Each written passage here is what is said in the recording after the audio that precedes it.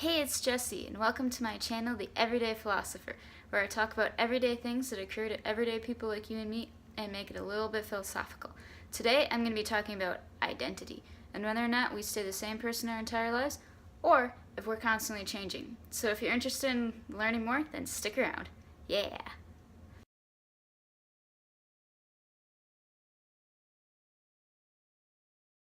So, I don't know about you, but I'm personally very haunted by my middle school past. I look back at middle school and cringe, and I'm probably not the only person here, but I went through one of those like awkward, terrible emo phases when I was in middle school. It was approximately 8th through ninth grade was when the trauma occurred. I thought it was a really good idea to cut my hair super short, and I dyed it red, and I wore just weirdest clothes, just ragtaggy everything. Had raccoon eyes. And I even tried to get people to call me Squirt, and that just didn't really catch on at all. And it was just totally awkward and totally embarrassing, and I'm just, oh gosh, I hate my 13-year-old self. I hate it. And yet, at the same time, I find a lot of peace in thinking that my 13-year-old self isn't me, that we're two different people. And I think this because I've grown and I've changed a lot, both physically. My hair is no longer red. I think my eyeliner skills are maybe not perfect, but they're a lot better. And intellectually, I've changed a lot. I've since graduated middle school, high school. I'm in college now. I have a lot deeper thoughts, a lot deeper, ideas in general. No offense, 8th grade Jessi, but let's be real.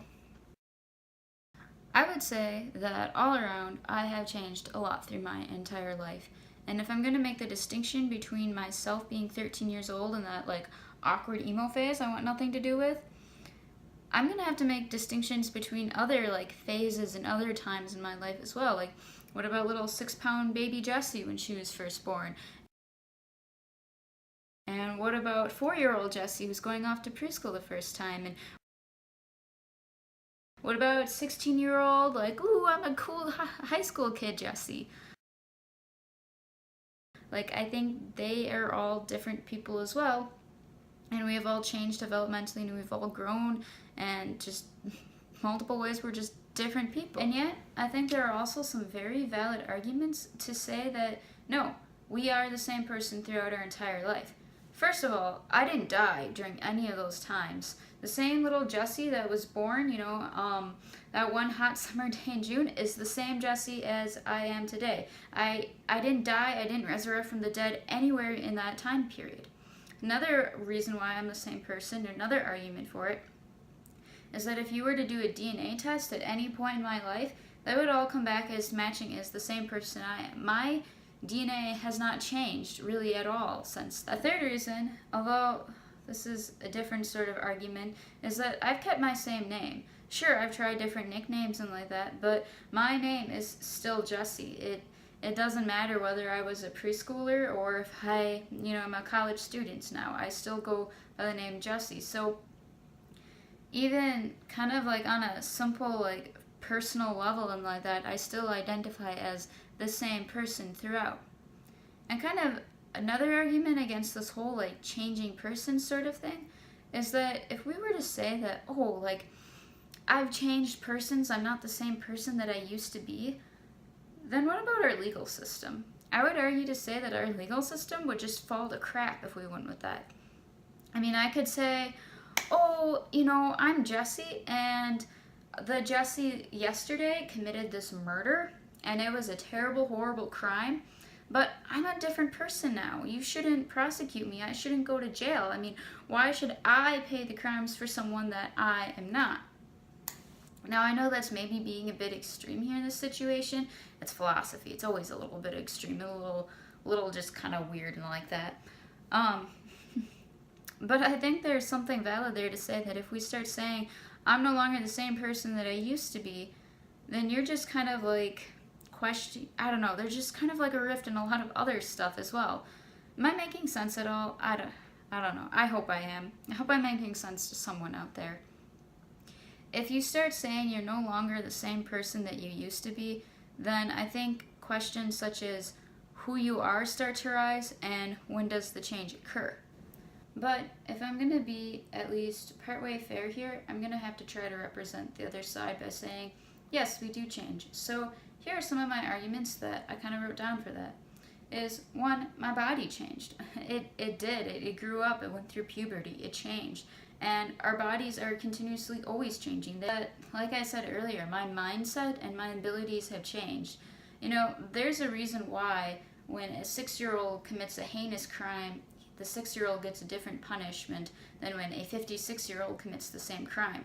And the reason for that is that the 6-year-old, in the eyes of the law, is considered to be a minor, and that their cognitive processes are also different, and their mindset is just not as fully advanced to understand the law and to understand right and wrong, and things like that. And I would say, like, even, you know, when I look back from when I just turned 18 to, like, where I am now, my understanding of things have also, like, greatly changed. Even kind of, like, how I see myself has changed. I know I just talked about how my name and I use that and it's the same, but even kind of how I see myself has changed over the years. When you ask little children, you know, who are you and like that, a lot of times they'll say, oh, my name is Billy Bob. But then when you ask them, like, oh, no, like, who are you? Like, describe who you are. And then they start to describe how amazing of a dodgeball player they are and how good they are at English class and how much they dislike art class and things like that. And if you were to, say, interview a group of college kids and ask them, like, you know, who are you? They're going to say things more of like, well, you know, I'm number 3 out of 5 in my family. I'm a boyfriend. You know, I'm a geologist major and like that. I like to lick rocks in my free time. And it's just kind of like a different mindset of understanding of who they are and their relationship with the world. So another question that kind of comes into this whole, like, are we the same person or do we change, is if we are to go with the idea that we do change, then when do we change? And how often do we change? And if we are changing, then is it just like a continuous slow process, kind of like, you know, like corn growing or wheat growing, where it just kind of happens and you don't notice it? Or is it like, do you jump through stages and is it more of a visible thing? Maybe it's a combination of both. I would probably say that it's like, you know, the corn growing and it's slow and it happens. But sometimes, you know, you go through various events in your life where just, bam, you have a sudden, you know, you have this big life lesson sort of deal, and you grow up a lot from that. There's also the question is, how often do we change? Am I the same person that I was yesterday? Was I the same person I was when I started making this video? I don't know. I mean, maybe you could argue yes, maybe you could argue no. That'd be interesting to see. Definitely, please post your ideas down in the comments. And kind of a more like abstract train of thought is, where do my others go? I mean, are they dead? Are they still inside of me? Could I possibly ever be my old self again? Can I truly regress? Can I go backwards to my 4-year-old self, or even backwards to myself this afternoon? Is that possible? I don't know. I'm not here to give you any answers. I'm just here to give you questions.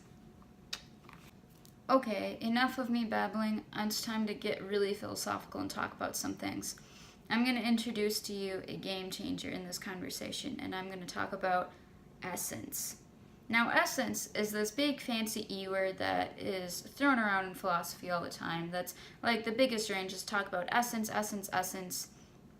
Essence, kind of the definition that I learned, is that it's what defines something from being anything else. So if I were to talk about what the essence of this pen is, I have to define it in such a way that no other material or immaterial object could possibly be mistaken for it. And as you might kind of like guess from that, that can be a really hard task to do, and a hard task to have everyone agree upon. That's kind of one of the reasons why philosophy is such a mess and why it can be so tangled, is how do you agree upon something which defines something from everything else? That's kind of a bit of a task. But I think that task can also be applied to humans and trying to define what our essence is as a human being, both as a humanity, as a race at whole, but also as an individual. And what is your essence from everyone else's essence? What separates me from, my mom? What separates me from, my math teacher? What separates me from, a kid in Hong Kong? What is the essential difference between all of us? But I think if you were to find the essence of yourself, that by definition, if you were to find a different essence of yourself, say, the essence of who I am now versus the essence of when I was in middle school, then if those two are different, then by definition you would say that they are two different beings, they're two different things, we're not the same person. So that's kind of my challenge of where all of this is going, is challenging you to think about essence. What is essence, and how does that apply to everything? My other challenge, of course, is to talk about whether or not you think we are changing beings or if we are the same. I know I kind of jumped around there with a lot of ideas and different thoughts, but it's hard to kind of cram everything into a short little video, and I'm still getting used to this whole video making YouTube thing, so pardon for any confusion with that. As always, I'd love your questions and comments in the box below. So, are you the same person as you were in middle school? I really hope that I'm not the only person who had a really, kind of rough period there. I know developmentally they say that that's normal. That's, average sign of adolescence is kind of that defiant, long hair, I'm too cool to cut my hair sort of stage, but still, it's kind of an ouch. And for me, I get a lot of peace by thinking that we're different people, and I can't really control the past anymore. So, with that, I'm gonna say peace. I'll see you next episode. Bye. Okay. I would say that probably all around, I've changed a lot my entire life. I kind of want to hashtag maybe a bit of some of the pros and... Hello. Welcome to my show, The Everyday Philosopher, hosted by me, Jessi. Today, I'm going to be talking about identity, and whether or not we are the same person throughout our entire lives. So if you're interested, stick around.